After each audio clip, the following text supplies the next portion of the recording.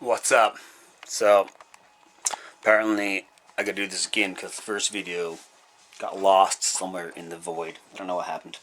But anyway, we're back at it, and I realized that in my haste to demo multitude of pedals that I picked up over the summer, I forgot to go into detail about the Slo. So this is what we're going to talk about today.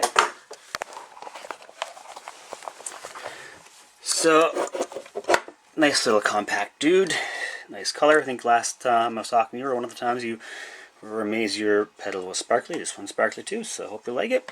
The decal on the front's pretty good looking, neat design. Top mounted jacks and the power cords on the top as well, and you got two foot switches and one LED. Alright, so if you go up to the top, we got Decay.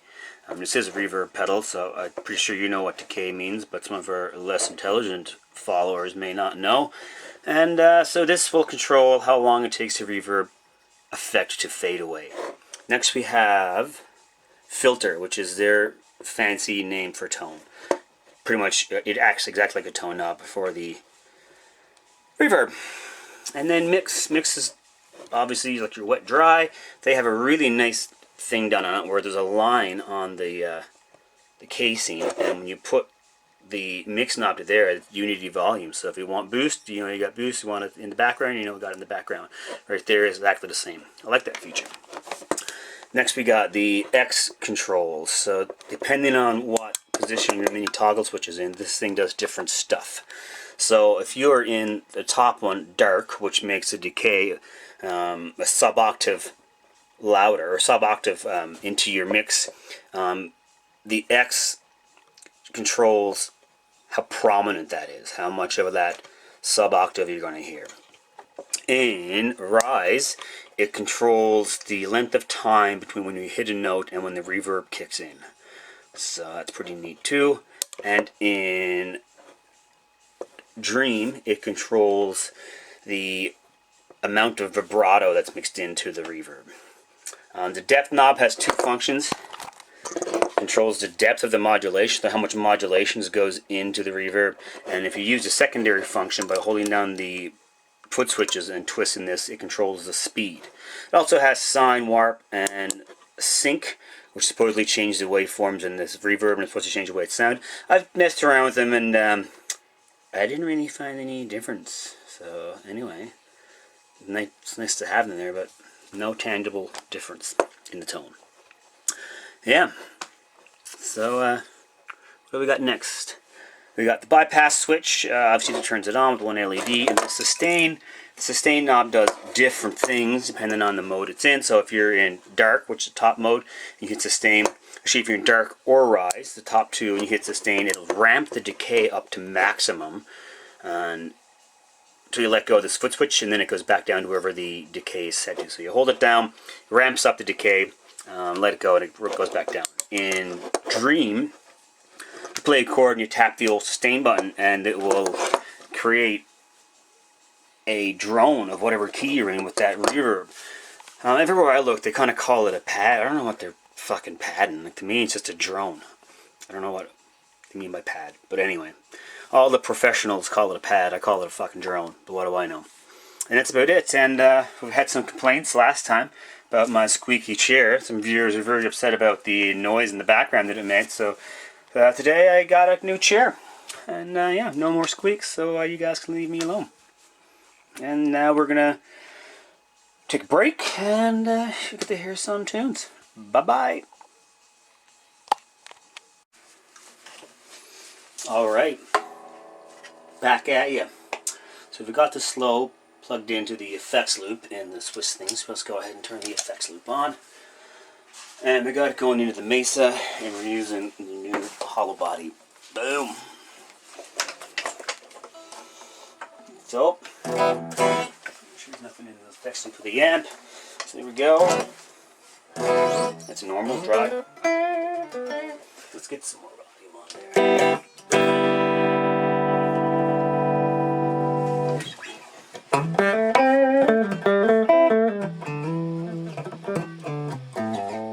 There we go.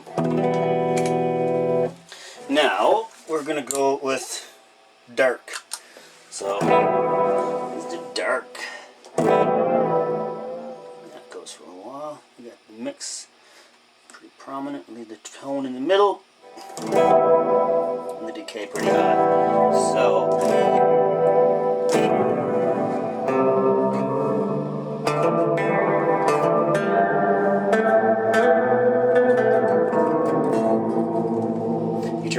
factor down.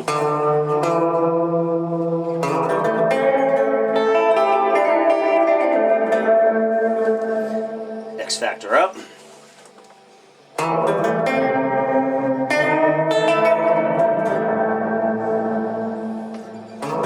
little bit sharp. Let's cut the tone down a bit.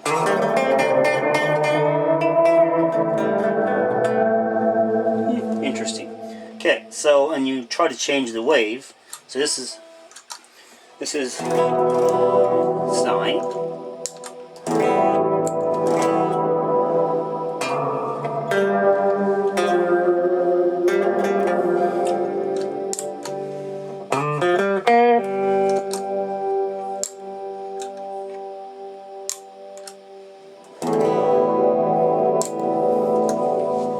I don't really hear a difference. I'm supposed to push down on. So let's see.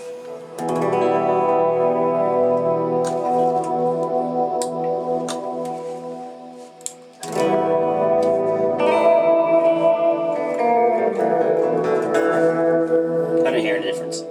Anyway, let's go on to rise. Decay on, leave that like that. With the X factor all the way down.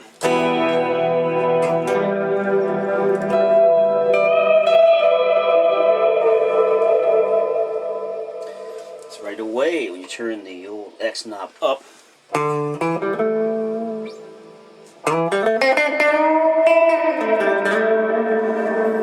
little bit of a delay before the reverb kicks in. That's neat.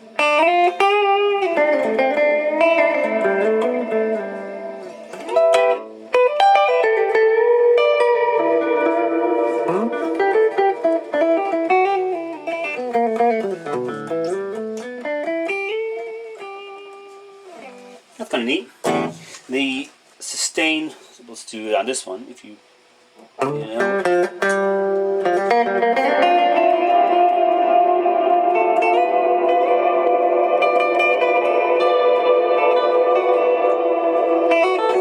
It's not your normal reverb pedal. This is not going to be a on it all the time guy. This is going to be kicking it in for fun. Let's try maximum decay on the first one.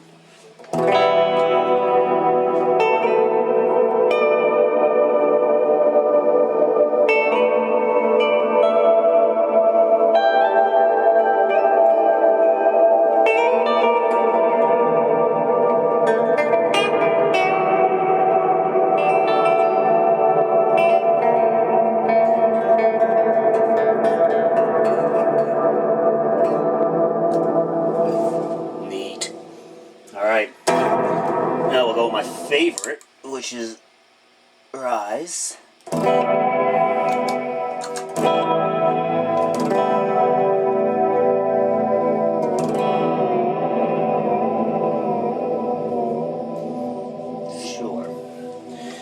And then what you can do, which is my favorite thing, we'll just play D minor. And now that will echo in the background. You can turn it down to get more in the background, and it just sits there.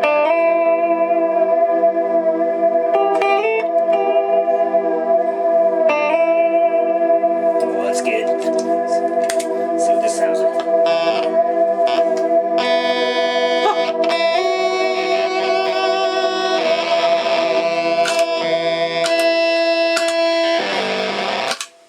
Oh, I turned it off.